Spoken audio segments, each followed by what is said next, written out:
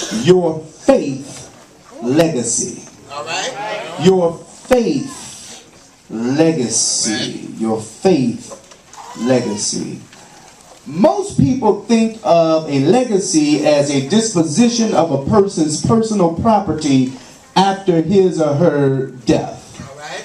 Perhaps it's because those with so much to pass on draft complicated wills that determine the assigns of their wealth. In other words, it's designed so that people will get what they want. Well, in the absence of a will, the state determines who receives the bulk of the deceased assets, but not until after all of their debt has been paid. Yes, for most of us, there are few tangible assets to divide. But I come by here this evening to encourage not only our mothers, but all of us need to understand that there is more to a person's legacy than his or her wealth. In other words, it's more to a legacy. I would love to bless my children with financial wealth, but if all I invest in them is financial wealth, what happens when the money's gone? There is the legacy of an education and accomplishments. There is a legacy of his or her impact on those who knew them. And don't you know that it is all of the legacy most men and women leave behind when they depart this earth? But I want to reflect on the most important, albeit most neglected aspect of a person's legacy today. How many of you know that there is one thing that we neglect? There is one thing that we fail to understand. We try to minimize it, but I want to reflect on the most important aspect of a person's legacy, and that is his or her faith legacy. Oh yes, and I want to ask each of you, what faith legacy will you leave your children and your grandchildren? We need to think about it. In other words, don't you know that by the time a child comes down and joins the church, by the time they join the children's choir, by the time they go to Sunday school or youth church or whatever it is, they should already, by the time they come down the aisle, have a knowledge and an understanding of who God is. How many of you know it's not the pastor's job, it's not the Sunday school teacher's job, it's not the deacon's job, but it is our responsibility. Listen, do not the church covenant, there it is right there, it says that we engage to maintain family and secret devotion to religiously educate our children. It's up to you as a parent, it's up to you as a grandparent or an uncle or a guardian to give a child a faith legacy. Oh yes, and so the question is, what will your legacy be? Will the sum of your faith legacy be the entry on your name in someone's family Bible? Help me somebody. Or will your children rejoice that you led them into a personal relationship with Jesus Christ through your own teaching and your example? Oh yes, the biggest step, my brothers and sisters, in establishing your faith legacy is to first of all determine that one is needed at all. In other words, before you can grasp hold of a faith legacy, you got to understand that it is needed. Amen.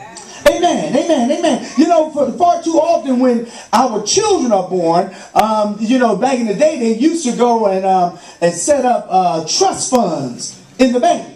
Amen. That's good. That's good. It's okay to set $1 aside for college. Because let me tell you something, them years ago roll around a lot quicker. But you ought to invest some faith into your children. Amen. In other words, you have to know that it is needed.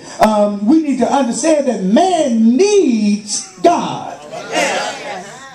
Man has a soul, and the soul is the part of us that should thirst after God. You see, many unsaved, dying people I've encountered express a deep and unexplainable emptiness in their heart, as though there were some unfinished business that they needed to accomplish.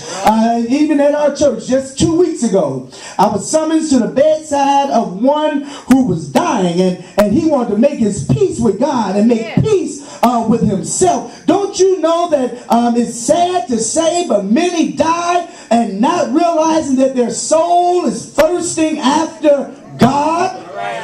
It's a thirst that unquenched leaves a legacy of permanent separation from man's creation. Or creator, rather. There is no greater physical craving than the thirst for water, as we look at the text. There's no greater physical craving. Let me tell you, when I'm hungry, I may get a grumbling pain, but sometimes a peppermint can quench that hunger. But when you're thirsty for water, let me tell you something. And when you're sure enough thirsty, Pepsi won't do it. When you're sure enough thirsty, ice cold tea won't do it. When you're really thirsty and you go into the ice box, ice cold water is what will satisfy us. Yeah, y'all better start praying up in here. You see, the need to moisten a parched lips is one of the strongest drives that a man has. You see, as long as a man's thirst is quenched, he can go on about his normal life. However, if water is withheld for a long period of time, the body begins to dehydrate. And if water is not provided soon after dehydration, the man will become sick and will eventually die. Well, in our text, the physical thirst that the Israelites experienced is a perfect picture of a spiritual thirst. Men who sense spiritual thirst will do anything to satisfy their thirst. Spiritual thirst is a normal part of every man's makeup, but it becomes abnormal when man tries to satisfy his thirst with the things of the world. Oh yes, things like immorality, things like possessions, things like selfish power, things like lust. And if we learn nothing else from the faith legacy of the Israelites, we learn by their failure that the thirst of the human heart can be met by God and God alone. In other words, there are just some things that just won't satisfy you. There's some things that just, let me tell you, you won't know why we got so many superstars killing themselves and blowing their brains out. Listen, they got more money than they can ever count. But let me tell you, money does not satisfy you, and things don't satisfy you. But what satisfies me, I think I heard the songwriter say, satisfied with Jesus. Satisfied with Jesus in my heart. Oh yes, here in the text, Moses and the Israelites are experiencing a crisis. And let me tell you, this was not the first crisis that they experienced, but this was about the fourth crisis on their wilderness journey. This crisis was one of physical, being spiritually deprived from water. That essential substance is needed for man's survival and a substance. In other words, the Israelites had no water to drink.